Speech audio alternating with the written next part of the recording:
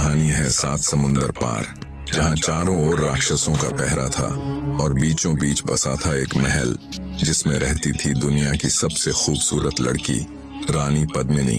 हर राजा, हर योद्धा उसे अपना बनाने का सपना देखता था, लेकिन कोई उसके पास तक भी नहीं पहुंच सका, क्योंकि पद्मिनी तक पहुंचने के लिए सिर्फ ताकत नहीं बल्कि जान की बाजी लगानी पड़ती थी। और तब एक राजकुमार ने प्रतिज्ञा ली, जब तक पद्मिनी को नहीं लाऊंगा अन्न का एक दाना नहीं खाऊंगा। और शुरू हुआ इतिहास का सबसे खतरनाक सफर। बहुत समय पहले की बात है। एक दयालु राजा था।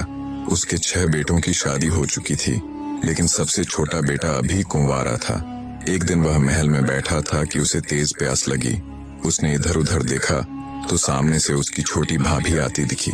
वह बोला, भाभी, एक गिलास पानी दे दो। भाभी को यह बुरा लग गया। सोचने लगी, महल में इतने नौकर चाकर हैं, फिर भी मुझसे पानी मांग रहा है। गुस्से में बोली, अगर इतना ही बड़ा है तो जा रानी पद्मिनी को लेकर आ। ये सुनकर राजकुमार का पारा चढ़ गया।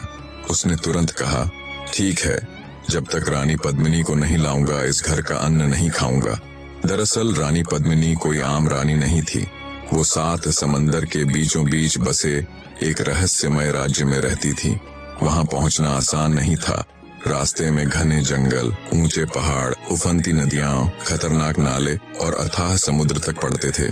लेकिन राजकुमार ने ठान लिया था।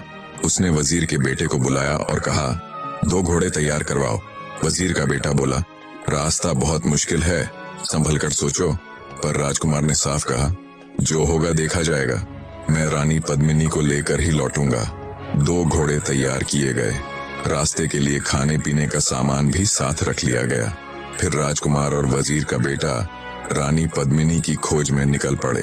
उन्होंने पता लगाया तो मालूम हुआ कि रानी पद्मिनी सिंगल द्वीप नाम के एक टापू में रहती है, जहां पहुंचने के लिए सागर पार करना पड़ता है। और वहां रानी का महल चारों तरफ से राक्षसों से घिरा हुआ रहता है। उन राक्षसों की किलेबंदी को तोड़कर महल में घुसना लगभग असंभव था। वजीर के बेटे ने एक बार फिर राजकुमार को समझाया, अपनी प्रतिज्ञा छोड़ दो, जान जोखिम में डालना ठीक नहीं। लेकिन राजकुमार ने गंभीर स्वर में कहा, जब एक बार तीर तरकश से निकल जाए तो वो कभी लौटकर नहीं आता। मैं अपने वचन को हर हाल में निभाऊंगा। वजीर का बेटा चुप रह गया। दोनों अपने अपने घोड़ों पर सवार होकर आगे बढ़ गए।